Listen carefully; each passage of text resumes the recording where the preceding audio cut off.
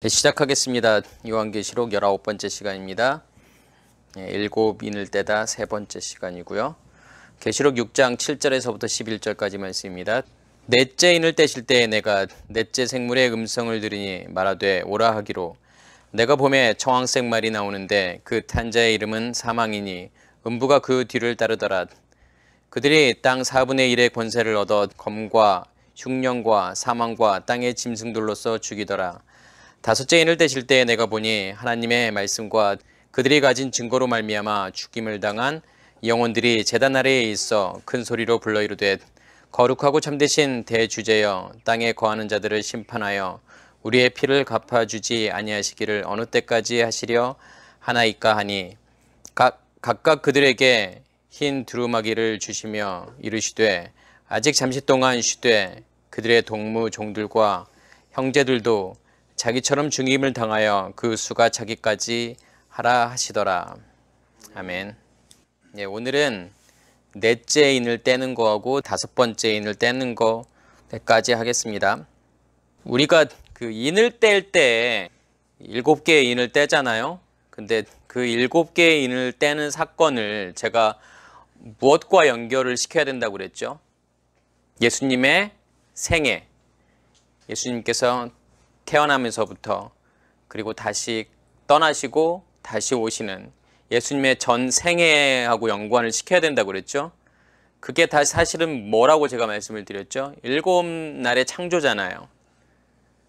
그러니까 7날의 창조가 설명하는 게 예수님의 일생을 설명하는 거고 또 예수님의 일생이 7날의 창조죠. 왜 그럴까요? 왜 그게 중요할까요? 그게 복음이라는 거예요. 예수님께서 걸으셨던 그 길을 태어나면서부터 그리고 떠나가시고 가시고 다시 오시는 이 모든 것들이 우리도 똑같이 그 길을 걸어야 된다고 말씀을 드렸잖아요. 그죠? 그래서 7인을 떼는 사건은 뭐냐면 예수님의 일생이죠. 자기 삶을 통해서 성경의 비밀을 예수님께서 풀어내시는 거란 말이에요. 이게 7날의 창조야. 이게 복음이야. 성경이 이것만을 이야기하고 있는 거야 라고 하는 것을 사실은 예수님 자신의 삶을 통해서 보여주시는 거란 말이에요. 그래서 예수님 자신 예수 그리스도가 복음인 거예요. 예수 그리스도의 삶 자체가 복음인 거예요. 사실은 7인을 떼는 사건들이 쉽지 않아요. 어려워요. 왜 그러냐면 단순하게 그냥 보여지는 것을 설명한다 그러면 그렇게 어렵지 않을 수도 있어요. 그냥 하나님께서 이 땅을 심판하는 거구나. 이 악한 세상을 하나님께서 심판하시는구나. 벌 주시는 거구나. 라고 생각한다 그러면 그렇게 어렵지 않을 수 있어요. 그렇지만 그게 아니라 하나님께서 원하시는 것이 그것이 아니라 어떻게 하면 우리의 옛사람의 의식을 깨버리고 우리의 의식을 바꿔서 하나님의 의식으로 만드느냐. 그거라면, 그게 심판이라면, 우리의 옛사람이 죽는 것이 심판이라면 사실은 이 말씀을 이해하는 것 자체가 쉽지 않아요. 그래서 이 7인을 떼는 사건을 이해하기 위해서는 우리가 무엇을 이해하셔야 되냐면 왜 예수님의 생애가 7날의 창조를 설명하는지를 이해하실 수 있으셔야 돼요. 그래야만이 오늘 말씀을 이해할 수 있어요. 왜 그러냐면 자, 4번째 인을 떼는 사건하고 오늘 5번째 인을 떼는 것을 제가 말씀을 드릴 거잖아요. 그러면 그건 뭐하고 연결을 시켜야 될까요? 넷째 날하고 다섯째 날을 연결을 시키셔야 돼요. 그래서 넷째 날을 어떻게 예수님의 생애와 어떻게 연결이 된다고 그랬죠, 제가요? 예수님의 십자가의 죽음과 그리고 부활하심. 그리고 난 다음에 다섯째 날은 뭐라고 그랬죠? 예수님께서 성령을 주시잖아요. 근데 그러한 사건들을 우리가 이해하셔야만이 오늘 말씀을 이해하실 수 있다는 거예요. 잘 보시면 넷째 인을 떼실 때에 어떤 일들이 일어나죠?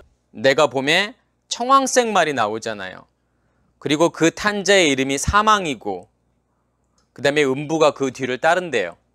그리고 그들이 땅 4분의 1의 권세를 얻어서 검과 흉령과 사망과 땅의 짐승들로서 죽이더라. 자, 말이 나오잖아요. 청황색 말이 나오죠. 그 탄 자의 이름이 사망이에요. 그죠? 그리고 누가 그 뒤를 따르죠? 음부가 그 뒤를 따르죠. 그리고 그들이 어떻게 하죠? 검과 흉년과 사망과 땅의 짐승들로서 죽인대요. 사람들을 죽인대요. 뭘 이야기하는 걸까요, 이게요? 뭘 말하고 싶은 걸까요? 자, 넷째 날의 핵심은 뭐라고 그랬죠? 광명체들이잖아요. 그러니까 광명체들이라고 하는 것은 결국은 뭐예요? 내 안에 있는 빛을 어디를 향해서 비추는 거예요? 세상을 향해서 비추는 거잖아요. 첫째 날의 핵심은 뭐예요? 빛이잖아요. 첫째 날이요. 내가 빛을 간직하는 거잖아요. 그럼 넷째 날은 어떻게 될까요? 그 간직된 빛을 이제 나도 세상을 향해서 빛을 비추는 거잖아요. 그러면 누군가는 그 빛을 받겠죠. 그러면 옛사람의 의식이 깨어지고 뭘 간직하게 될까요? 안 해요. 빛을 간직하게 되잖아요. 불을 간직하게 되잖아요. 그게 넷째 날이란 말이에요. 예수님께서 그걸 하시기 위해서 뭘 하시는 거예요, 지금요? 무엇을 통해서 그것을 완성하시는 거죠? 이루시는 거죠?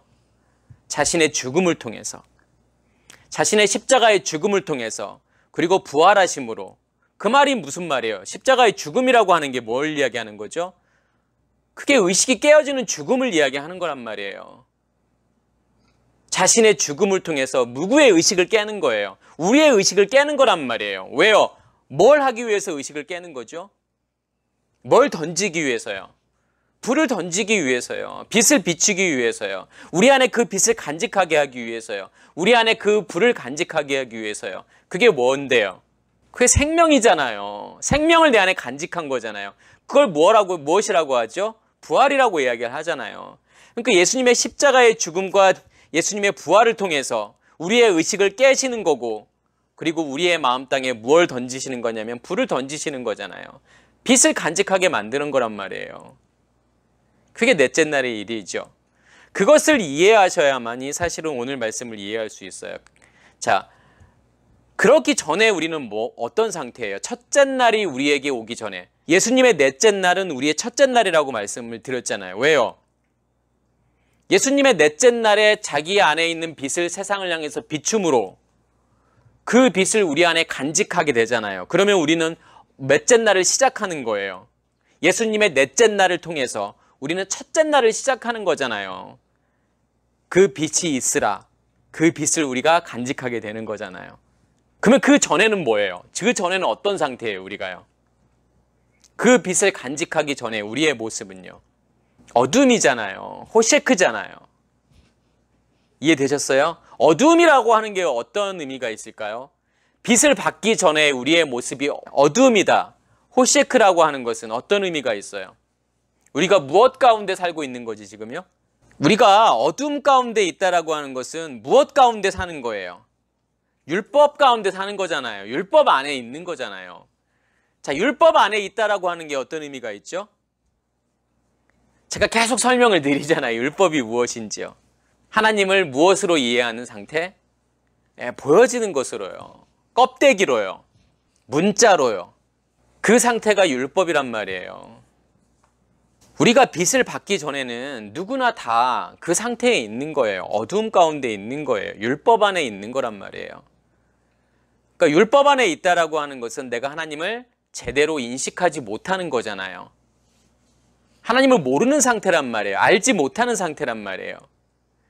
그래서 자, 오늘 어떤 말이 나오냐면 청황색 말이 나오잖아요. 그러니까 청황색 말이라고 하는 것은 클로로스라는 단어인데, 이 클로로스라는 단어가 연두색, 누르스름한, 창백한 이런 뜻이 있고 죽은 자의 잿빛이에요. 그러니까 이 클로로스라고 하는 단어가 설명하는, 이 청황색이 설명하는 게 뭐냐면 죽어있는 상태를 설명하는 거예요. 그럼 어떤 상태일까요? 율법 안에 있는 상태잖아요. 그것을 다른 말로 무엇이라고 설명하냐면 사망이라고 이야기하는 거고, 그 상태를 또 다시 뭐라고 설명할 수 있냐면 음부라고 설명할 수 있는 거란 말이에요. 셰올이잖아요. 우리가 사망 가운데 있다라고 하는 것은 어떤 의미가 있죠? 우리 고린도전서 한번 15장 55절을 한번 같이 찾아볼까요? 사망아 너의 승리가 어디 있느냐? 사망아 내가 쏘는 것이 어디 있느냐? 사망이 쏘는 것은 죄요. 죄의 권능은 율법이라. 자, 사망이 무엇인지에 대한 설명이 나오잖아요. 그죠? 사망이 쏘는 것은 뭐라는 거예요? 죄라는 거죠. 죄의 권능은 어디에 있다? 율법에 있다. 결국 사망이라고 하는 것은 어떤 상태라는 거죠? 율법이라는 거잖아요. 왜요? 그 권능은 어디에 있다라는 거예요? 율법이라는 거예요. 자, 죄가 뭘까요? 죄가요. 내가 하나님을 무엇으로 인식하는 상태가 죄일까요? 하나님을 율법의 상태로 인식하는 거. 하나님을 율법의 상태로 보는 게 뭐냐면 죄라는 거예요. 그러면 그 죄의 상태에 머물러 있는 것을 성경은 뭐라고 이야기를 하죠? 사망이라고 이야기를 한단 말이에요. 잘 보세요. 우리가 처음부터 하나님을 인식할 수 있을까요? 알 수 있을까요? 없잖아요. 그러면 우리는 처음에 무엇을 통해서 하나님을 알게 되죠? 문자라는 걸 통해서 알게 되잖아요. 이 성경책이 있잖아요. 성경책의 문자를 통해서 하나님은 이런 하나님이야 라는 그 말씀을 통해서 우리가 하나님을 인식하게 되잖아요. 근데 그 하나님은 진짜일까요? 우리가 말씀으로 인식하는 그 하나님은 진짜일까요? 그렇지 않다라는 거예요. 그게 껍데기로 하나님을 보는 거란 말이에요. 성경은 그것을 무엇이라고 이야기하는 거냐면 죄라고 이야기하는 거란 말이에요. 내가 하나님을 밖의 것으로 인식하게 될 때. 그래서 선악과 사건이 죄란 말이에요. 선악과를 먹는다라고 하는 것은 내가 하나님을 어디에서 인식하는 거예요? 내 안에서 인식하는 것이 아니라, 안에 있는 말씀으로 인식하는 것이 아니라 밖에 있는 말씀으로 하나님을 인식하게 되는 거란 말이에요. 그것을 성경은 죄라고 이야기한단 말이에요. 그러면 그 죄가 굳어져 있는 상태가 뭐냐면 그게 바로 사망이라는 거란 말이에요. 그 사망이 무엇인지를 설명하는 게 뭐냐면 음부예요. 셰올이죠. 히브리어는요. 그리고 헬라어로는 하데스죠. 근데 하데스라고 하는 것이 뭐냐면 이 알파라는 이 자음과 에이도라는 단어의 합성을 한 말이에요. 여기서 알파는 뭐뭐 아니다라는 뜻이죠. 그리고 에이도라고 하는 것은 보다 인식하다라는 거예요. 결국은 자 보세요.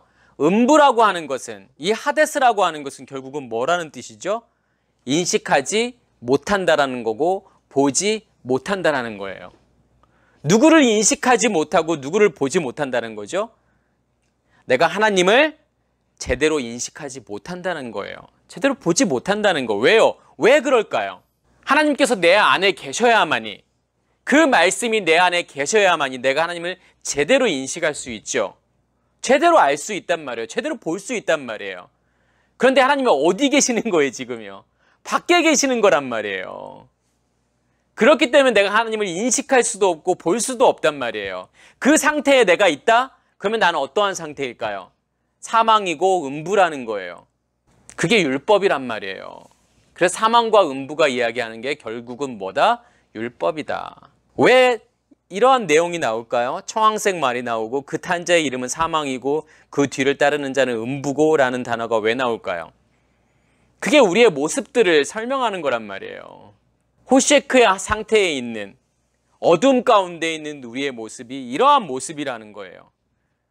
그러면 우리는 예수 그리스도를 무엇으로 인식하게 되냐면 사망과 음부의 상태로밖에는 인식할 수 없다라는 거예요. 다시 말해서 율법의 상태로밖에 인식할 수 없다라는 거잖아요. 그 상태로밖에는 알 수 없다라는 거잖아요.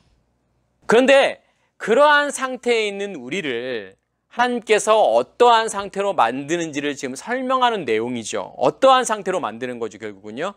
우리를 죽이겠다는 거잖아요. 무엇으로 죽이겠다는 거예요? 검과 흉년과 전염병과 땅의 짐승으로 죽이겠다는 거예요.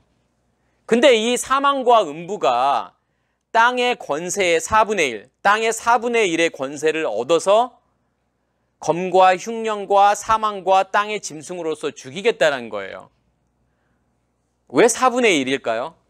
이 지구 전체의 땅의 4분의 1을 하나님께서 어떻게 막 초토화시키겠다는 건가요? 다 거기 있는 사람들 죽여버리겠다는 건가요, 지금요? 무슨 말이지 이게요? 자, 7인을 떼는 사건에서는 4분의 1이 나와요. 그런데 7나팔을 불 때에는 거기에 있는 것들, 뭐 수목이니 강이니 또 뭐 해, 달, 별이니 이러한 것들이 몇 분의 1이 파괴가 되죠? 3분의 1이 파괴가 된단 말이에요. 그리고 7 대접을 쏟으실 때는 어떻게 될까요? 전체가 다 파괴가 돼요.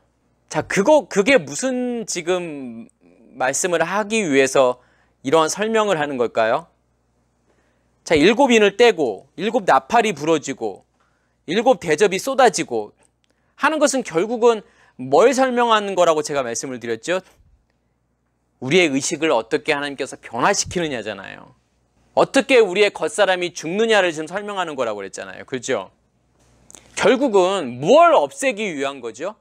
우리의 겉사람을 없애기 위한 거잖아요. 그런데 제가 지난번에 말씀드렸던 거 기억나세요? 우리의 속사람은 뭘 산다고 그랬죠, 제가요?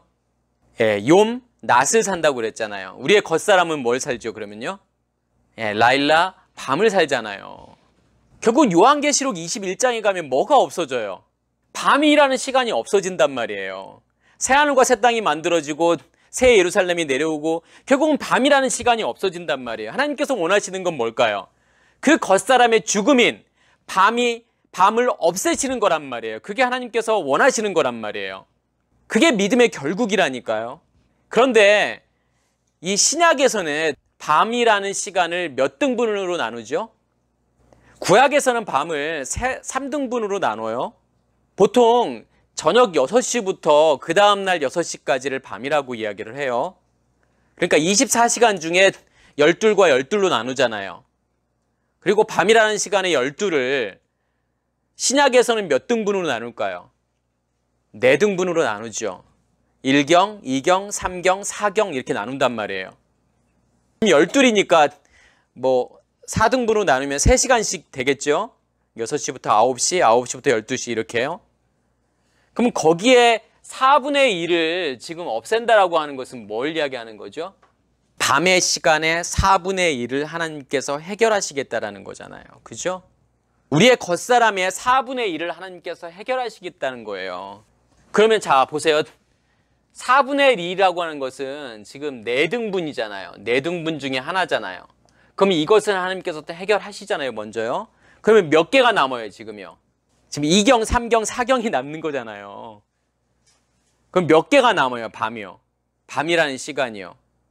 지금 3개가 남잖아요. 3등분이 남잖아요. 그럼 그 중에 3분의 1을 7 나팔이 부러짐으로 해결하시는 거예요. 그리고 나머지를 언제 해결하시는 거죠? 7 대접이 쏟아짐으로, 7 대접의 진노가 쏟아짐으로 나머지 밤이라는 시간을 하나님께서 해결하시는 거란 말이에요. 그래서 결국은 하나님께서 뭘 해결하시죠? 밤이라는 시간을 다 해결하신단 말이에요. 그럼 우리에게 밤이라는 시간이 있을까요? 없을까요? 밤이라는 시간이 없다라고 하는 것은 내가 빚을 직접 받는다라는 거예요. 누구를 통해서 받는 게 아니라요. 그 말은 무슨 말일까요? 내 안에 있는 말씀을 내가 직접 인식하게 된다라는 거예요. 직접 깨닫게 된다라는 거예요. 그것을 다른 말로 뭐라고 이야기하는 거죠? 내가 하나님을 본다라고 이야기하는 거란 말이에요.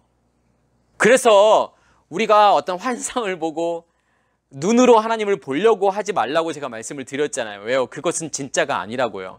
그건 일시적인 현상이잖아요. 그렇지만 내가 하나님을 진짜로 본다라고 하는 것은 일시적인 현상이 아니라니까요. 내가 의식이 바뀌면 바뀔수록 하나님을 더 확실하고 더 분명하게 인식하게 된단 말이에요. 더 보게 된단 말이에요. 그래서 현상에 머무르지 말라고 말씀을 드리는 거란 말이에요. 결국은 하나님께서 이 밤이라는 시간을 해결하시기 위한 거다라는 거예요. 뭘 통해서요? 검과 흉년과 전염병과 땅의 짐승으로요. 검이라는 건 뭐죠? 헤레브? 이게 마르다, 황폐하다, 파괴하다라는 뜻이에요. 그 말은 뭔 말일까요? 이 검이라는 걸 통해서 뭘 지금 해결하시겠다는 거죠? 우리의 옛사람의 의식을 깨겠다는 거잖아요, 하나님께서요. 우리에게 빛을 비추어서 우리를 어디에서 나오게 하겠다는 거예요. 어두움 가운데에서 나오게 하겠다는 거잖아요. 우리를 출애굽하게 만드시겠다는 거잖아요, 지금요. 그게 검이라니까요. 흉년은요, 리모스잖아요. 굶주림, 배고픔, 기근이란 말이에요. 자, 우리의 의식이 깨어지면 우리에게 빛이 비춰져서 어둠 가운데 있던 우리에게 빛이 비춰지게 되면 어떠한 상태가 될까요, 우리가요? 그 말은 무슨 말이라고 제가 말씀을 드렸죠? 아, 내가 알고 있던 말씀이 그 말씀이 아니었구나. 내가 지금까지 하나님을, 말씀을 무엇으로 알고 있었냐면 율법으로 알고 있었구나. 껍데기로 알고 있었구나라는 것을 깨닫게 되는 거란 말이에요. 그게 검이에요. 그렇게 되면 뭘 느낄까요? 갈증을 느끼게 된단 말이에요. 배고픔을 느끼게 된단 말이에요. 무엇을 향한 지금 갈증이고 배고픔이죠? 하나님을 향한 갈급함이란 말이에요. 배고픔이란 말이에요. 더 알고 싶죠? 그렇게 될 수밖에 없다니까요. 왜요? 내가 그전까지 알고 있던 하나님이 그건 진짜 하나님이 아니었다라는 것을 알게 되기 때문에요. 그 하나님은 우상이었구나. 그러면 진짜 하나님에 대한 갈급함이 있겠죠. 갈증이 있겠죠. 그게 흉년이란 말이에요. 그리고 사망이 나오잖아요. 근데 이 사망이라는 단어가 히브리어는 데베르라는 단어를 쓴단 말이에요. 근데 이 데베르라는 단어가 파멸, 죽음이에요. 그리고 역병이고 전염병이에요. 그 말은 무슨 말일까요? 이 데베르를 통해서 뭘 설명하고 싶은 거죠? 파멸, 죽음이라고 하는 것은 뭐죠? 뭘 파멸하는 거예요? 뭘 없애는 거예요? 우리의 옛사람의 의식을요, 변화시키는 거란 말이에요. 그래서 이 데베르라는 단어가 다바르에서 왔죠. 근데 다바르라는 게 말하다라는 뜻이에요. 말씀이에요. 무엇을 통해서요? 말씀으로요. 들려지는 말씀을 통해서 우리의 의식을 바뀌시는 거예요. 하나님께서 변화시키는 거예요. 그게 사망이고 그게 전염병이에요. 그게 파멸이란 말이에요. 그리고 땅의 짐승이라고 하는 것은 몇째 날이죠? 6째 날이지만 사실은 셋째 날이란 말이에요. 왜냐하면 우리의 속사람은 셋째 날을 살고 우리의 겉사람은 6째 날을 살잖아요. 사실은 셋째 날의 일들이란 말이에요. 그것에 의해서 셋째 날의 상태에 그걸 통해서 하나님께서 우리를 어떻게 하겠다는 거죠? 우리를 변화시키겠다는 거잖아요. 우리를 바꾸시겠다는 거잖아요. 결국은 하나님께서 원하시는 건 뭐예요? 우리의 4분의 1을 해결하시는 거란 말이에요. 밤이라는 시간의 4분의 1. 우리의 겉사람의 4분의 1을 하나님께서 해결하시기를 원하시는 거죠. 무엇을 통해서요?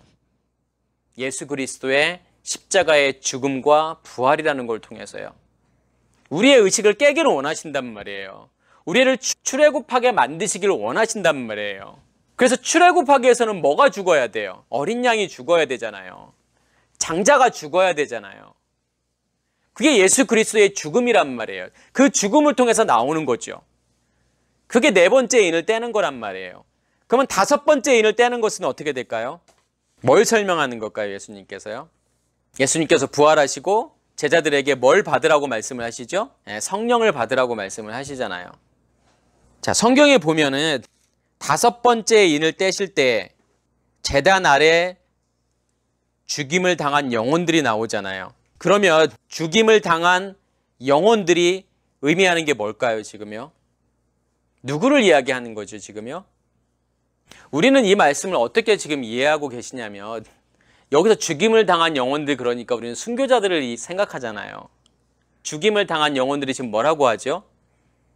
큰 소리로 불러 이르되 거룩하고 참되신 대주제여, 땅에 거하는 자들을 심판하여 우리의 피를 갚아주지 아니하시기를 어느 때까지 하시려나이까 하니라. 그게 무슨 말이죠? 피를 갚아달라고요? 땅에 있는 자들을 심판해달래요. 그럼 이게 진짜 순교자일까요? 이게 만약에 순교자라면 그럴 수 있을까요? 우리가 예수 못 믿게 하는 어떠한 세력들에 의해서 죽임을 당했다고 보세요. 그게 순교자잖아요. 그러면 내가 그 순교자라면 하나님께 그렇게 이야기를 할까요? 하나님, 나를 죽인 저 원수들을 빨리 심판해 주세요. 왜 내 피를 안 갚아주세요? 라고 지금 그렇게 항변할까요? 하나님께요? 그게 그렇게 억울할까요? 내가 하나님을 위해서 죽었다라고 하는 게 그렇게 억울한 일일까요? 그게요? 하나님 복수해 주세요. 저 사람들. 그런 말이 나올 수 있을까요? 그렇지 않잖아요. 정말 내 믿음을 지키기 위해서 죽었다면 스데반도 뭐라고 이야기하죠? 죽으면서요. 저들의 죄를 용서해달라고 이야기를 하잖아요. 예수님께서도 그러셨고요. 근데 우리가 진짜 순교자라면 그렇게 할 수 있을까요? 아니잖아요. 여기 지금 다섯 번째 날의 일이잖아요. 왜요? 다섯 번째 인을 떼는 거니까요. 여기에서 죽임을 당한 영혼들이 지금 의미하는 게 뭐예요, 그러면요? 어디에 죽은 사람들이죠? 십자가의 죽음을 죽은 사람들이잖아요. 죽고 다시 죽고 부활한 사람들이잖아요. 왜요? 그게 다섯 번째 날의 사람들이잖아요. 넷째 날의 사건이 뭐라고 했어요? 예수님이에요. 십자가의 죽음과 부활이라고 했잖아요. 그러면 그 넷째 날의 십자가의 죽음과 부활을 통과한 사람들이 죽임을 당한 사람들이란 말이에요. 그래서 이 죽임을 당하다라고 하는 것이 누구에게 쓰여지는 단어냐면 어린 양에게 쓰여지는 단어란 말이에요. 그러면 그게 누구를 이야기하는 거예요, 지금요? 그게 예수를 이야기하는 거잖아요. 예수의 죽음과 부활을 이야기하는 거란 말이에요. 그것을 통과한 사람들이잖아요. 그게 다섯째 날을 사는 사람들이잖아요. 지금 그 사람들이 뭐라고 이야기하는 거예요? 땅에 거하는 자들을 심판해 달래요. 그리고 우리의 피를 갚아달라는 거예요. 그게 무슨 말일까요? 피를 갚다라고 하는 게요. 어떻게 해주는 것이 지금 피를 갚는 거죠? 에크디케오라는 단어를 써요. 근데 이 에크디케오라는 단어가 갚다, 복수하다, 보복하다, 처벌하다, 공의를 행하다 이런 뜻이 있어요. 근데 에크디코스에서 온 단어인데, 자, 에크라고 하는 게 어떤 의미가 있죠? 안에 있는 것이 밖으로 나가는 게 에크예요. 그러면 여기서 디코스라는 단어가 딕게에서 오는 단어예요. 근데 딕게라고 하는 것은 형벌이고 벌이고 공이란 말이에요. 그러면 이 딕게라는 단어가 데이크니오라는 단어에서 온 건데, 이 데이크니오라는 것이 어떤 뜻이냐면 보이다, 알게 하다, 설명하다, 증명하다라는 거예요.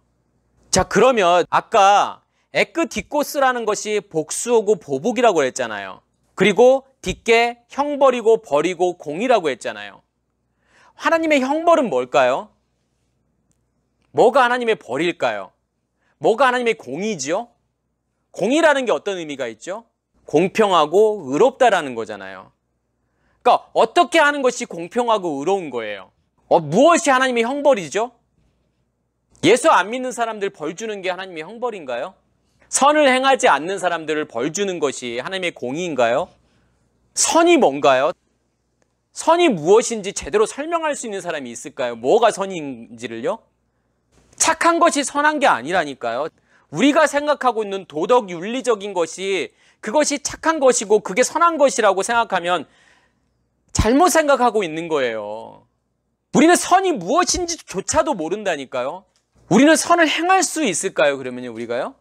선이 무엇인지도 모르고요. 선을 행할 수 있는 능력조차도 없어요. 그런 사람들에게 하나님께서 너 선하지 않았어? 너 선을 안 행했어? 너 불법을 행했어? 너 어디 벌 좀 받아봐. 그럴 수 있을까요?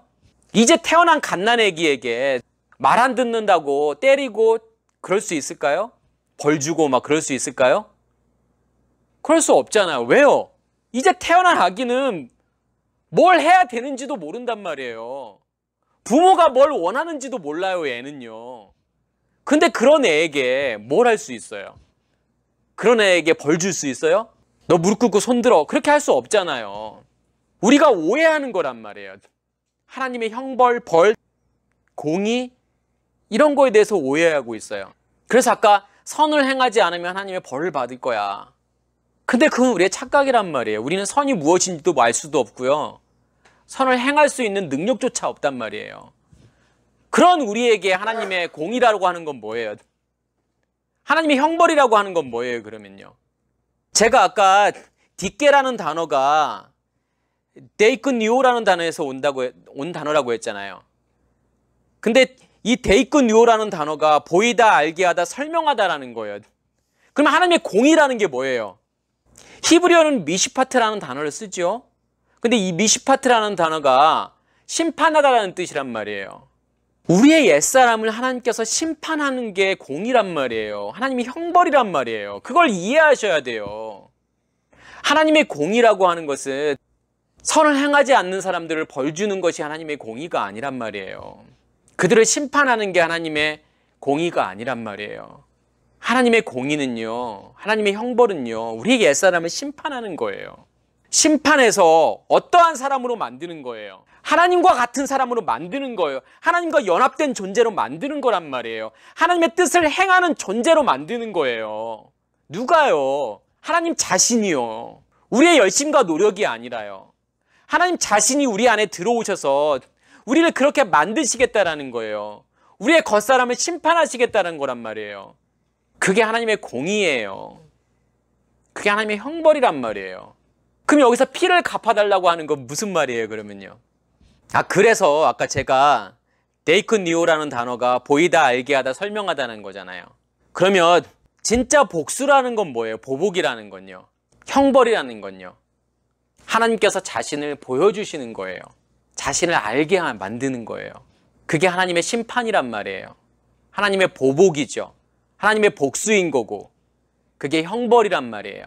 그러면 피의 보복이라고 하는 건 뭘 뜻하는 거죠, 그러면요? 죽임 당한 영혼들이, 제단 아래에서 죽임을 당한 영혼들이, 그들이 말하는 피의 복수라고 하는 게 결국은 뭐예요? 그들이 말하는 게 지금 땅에 거하는 자들을 심판하여 우리의 피를 갚아달라고 이야기를 하잖아요. 그 말은 아까 무슨 말이라고 했죠? 피를 갚는다라고 하는 것은요, 복수잖아요. 보복이잖아요.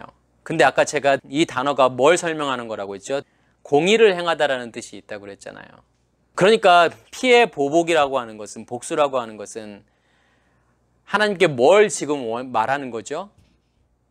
하나님의 공의가 이루어지기를 바라는 거잖아요. 어디 안에서요? 우리 안에서.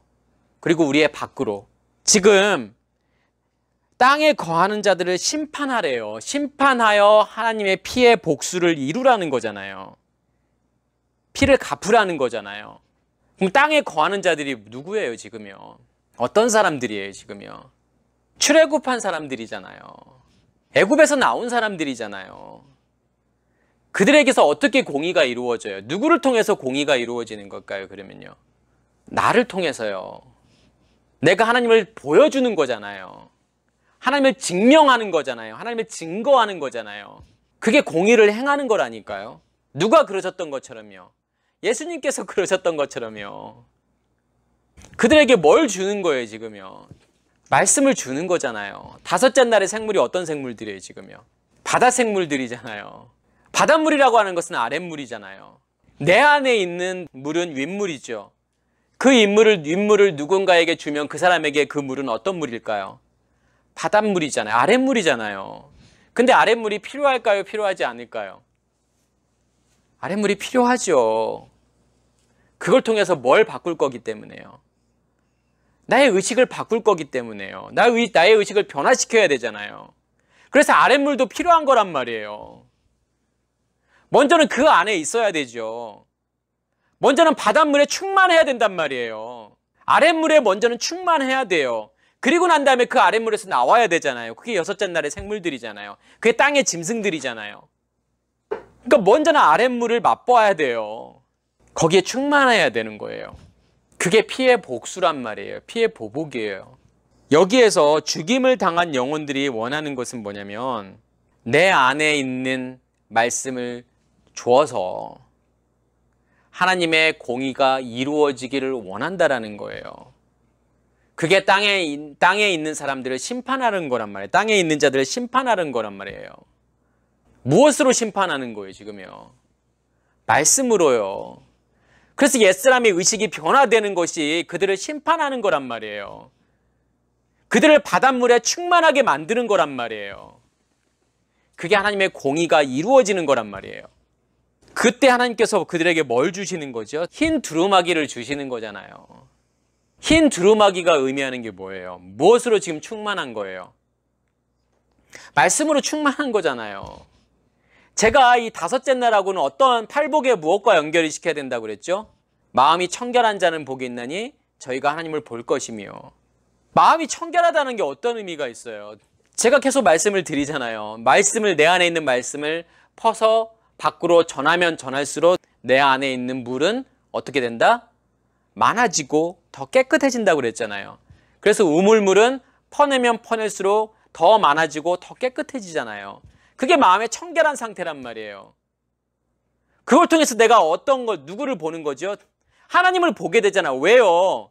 그 말씀이 나를 변화시킬 거기 때문에 내 의식을 변화시켜서 그 의식이 변화된 만큼 내가 하나님을 보는 거잖아요. 내가 정결해지고 깨끗한 만큼 내가 하나님을 보는 거잖아요. 그래서 공의를 행하기를 원하는 자들에게 그 피를 갚아주기를 원하는 자들에게 하나님께서 뭘 주시는 거냐면 두루마리를 주시는 거잖아요. 왜요? 그걸 통해서 뭘 하라고요? 내 안에 있는 말씀을 더 많이 전하라고요. 내 안에 있는 말씀을 더 퍼서 전하라고요. 흰 두루마기를 주는 거란 말이에요. 그러면서 뭐라고 말씀하시죠? 아직 잠시 동안 쉬되 그들의 동무 종들과 형제들도 자기들처럼 죽임을 당하여 그 수가 차기까지 하라 하시더라. 지금 이게 무슨 이야기죠? 함께 종된 자들, 동무 종들이라고 하는 건요.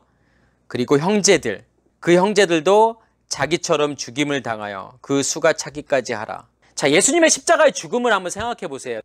예수님의 십자가의 죽음이 누구의 죽음이 되어야 돼요? 우리의 죽음이 되어야 되잖아요. 여기에서 그 수가 차기까지 라고 하는데 그 수가 찬다라고 하는 게 어떤 의미가 있죠? 플레로라는 단어를 쓰죠, 여기서요. 수가 찬다. 그게 가득하게 하다, 충만하게 하다, 시간을 채우다, 완성하다, 끝내다라는 의미가 있어요. 그럼 어떠한 시간을 지금 채운다라고 하는 거죠? 지금 죽은 자들이 몇 명이 딱 되어야 되는 건가요? 지금 100명이 되든 1000명이 되든 어떤 숫자가 채워져야 되는 건가요, 지금요? 그래야 어떤 심판이 끝나는 건가요? 예수의 십자가의 죽음이 나의 죽음이 되어야 되잖아요. 그게 동무종들과 형제들의 죽음이란 말이에요. 근데 그 숫자가 채워진다라고 하는 것은 어떤 의미가 있어요? 제가 아까 설명을 드렸던 것처럼 먼저는 무엇으로 충만해야 돼요? 내 안에요. 아랫물로 먼저는 충만해야 돼요. 그래서 이스라엘 백성들이 어디를 통과해요? 홍해를 통과하잖아요. 홍해를 통과한다라는 건 뭐예요? 사도 바울이 뭐라고 이야기하죠? 그것을 세례라고 이야기한단 말이에요. 세례라고 하는 건 어떤 의미가 있어요? 물에 들어갔다가 다시 나오는 거잖아요. 그러니까 물에 들어갔다라고 하는 것은 그 아랫물로 내가 어떻게 된다는 거예요? 충만하게 된다는 거고 그 아랫물로 죽는 걸 의미하는 거잖아요. 그리고 다시 사는 걸 의미하는 거잖아요. 먼저는 예수의 죽음이 내 죽음이 되기 위해서는 내가 아랫물로 먼저는 충만하셔야 돼요. 그래서 홍해를 건너는 거란 말이에요. 그 홍해물에 완전히 잠기셔야 돼요. 그리고 거기서 나오셔야 된단 말이에요. 그러면서 아직 잠시 동안 쉬어라라고 말씀하잖아요. 쉬되. 그 말은 무슨 말이죠? 죽은 사람들이 막 어느 정도 차기까지 100명이 되든 1000명이 되든 그 숫자가 될 때까지 너 잠깐 쉬어 있어. 그런 이야기는 아니잖아요. 그죠? 그러면 이게 무슨 이야기죠, 그러면요? 그걸 누가 하시는 거예요? 홍해를 건너게 하시는 걸요. 말씀을 내가 전하지만 듣는 사람이 그 말씀으로 충만해지게 하는 것은 누가 하시는 거예요? 하나님께서 하시는 거잖아요. 그래서 모세 보고 뭐라고 이야기하죠? 홍해를 건널 때요. 너는 보라는 거예요. 내가 하는 일을요. 너는 잠잠히 내가 하는 일을 보라고 말씀하시잖아요. 그 일은 누가 할 거기 때문에요. 하나님이 하시잖아요. 나를 통해서 하나님께서 하시는 거잖아요. 우리는 뭐냐면 잠잠히 그 일을 지켜보는 거란 말이에요. 하나님께서 어떻게 일하시는지요. 그러니까 내가 하는 게 아니라니까요. 주님께서 그렇게 하게 만드신단 말이에요. 그래서 우리는 뭘 하는 것밖에 할 수 없는 거죠. 지켜보는 거란 말이에요. 주님께서 일하시는 것을 보는 거란 말이에요. 주님께서 공의를 행하신단 말이에요. 우리가요 지금 넷째 날과 다섯째 날이 무슨 의미가 있는지를 이해하지 못하면요 오늘 말씀을 이해할 수가 없어요. 네 번째 인을 떼고 다섯 번째 인을 떼고 그게 예수님의 생애, 예수님의 삶과 무슨 관련이 있는지를 보지 못한다면 이 말씀은 절대로 이해할 수 없는 말씀이란 말이에요. 결국은 넷째 날에 그 예수 그리스도의 빛을 통해서 우리의 의식을 깨는 거, 우리 안에 뭘 간직하게 만드시는 거냐면 빚을 간직하게 만드시는 거란 말이에요. 그게 네 번째 인을 떼는 사건이에요. 그 다섯 번째 인을 떼는 사건은요, 우리를 무엇으로 충만하게 만드시는 거죠? 말씀으로 충만하게 만드시는 거잖아요. 그래서 다섯째 날을 산다라고 하는 것은 뭐냐면 다섯째 날에 짐승들을 기르는 거란 말이에요. 그 다섯째 날의 짐승들은 지금 어디에 살고 있죠? 바닷물에 살고 있잖아요. 바닷물 짐승들이잖아요. 아랫물이잖아요. 내가 전하는 말씀으로 그들을 기르는 거란 말이에요. 그 말씀으로 그들 안에 충만하게 만드는 거란 말이에요. 그 때가 차기까지 우리는 잠잠히 어떻게 하는 거죠? 하나님께서 일하시는 것을 보게 되는 거예요. 그게 믿음의 길을 걷는 거예요. 그리고 난 다음에 거기서 나오는 거란 말이에요. 바다 짐승이 무슨 짐승으로 바뀌는 거죠? 여섯째 날에요? 땅의 짐승으로 바뀌는 거잖아요. 땅의 짐승으로 바뀌었다라고 하는 것은 어디에서부터 나오는 거예요? 아랫물에서부터 나오는 거잖아요. 왜 아랫물에서 나오는 걸까요? 우리 안에 뭐가 존재하고 있기 때문에요. 우리 안에 윗물이 존재하고 있기 때문에요. 더 이상 아랫물에 살지 않는 거란 말이에요. 그래서 묻이 만들어지잖아요. 셋째 날에요. 그 묻이라고 하는 것은 마른 땅이에요. 아랫물이 존재하지 않는 땅이란 말이에요. 거기서 뭐가 열리죠? 씨 가진 열매가 열리게 되잖아요. 그게 예수를 떠나보내는 거예요. 다시 말해서 내가 밖에서 말씀을 듣지 않는다라는 거예요. 어디에서 말씀이 있으니까요. 양식이 어디에 있으니까요. 내 안에 존재하고 있기 때문에요. 그래서 광야에서는 만나를 먹게 되지만 광야를 지나서 가나안 땅으로 들어가게 되면 그 땅의 소산을 먹게 된단 말이에요. 더 이상 만나를 먹지 않게 되죠. 만나가 그치게 된단 말이에요. 그게 금식이잖아요. 지금 하나님께서 이 말씀들을 통해서 우리가 가는 믿음의 길을 보여주고 계신단 말이에요. 예수 그리스도와 나와 어떤 관계가 있는지, 너희가 예수 그리스도를 통해서 어떻게 넷째 날을 살고 다섯째 날을 사는지를 보여주시는 거란 말이에요. 이 말씀을 깨달으시길 간절히 소원합니다. 마치겠습니다.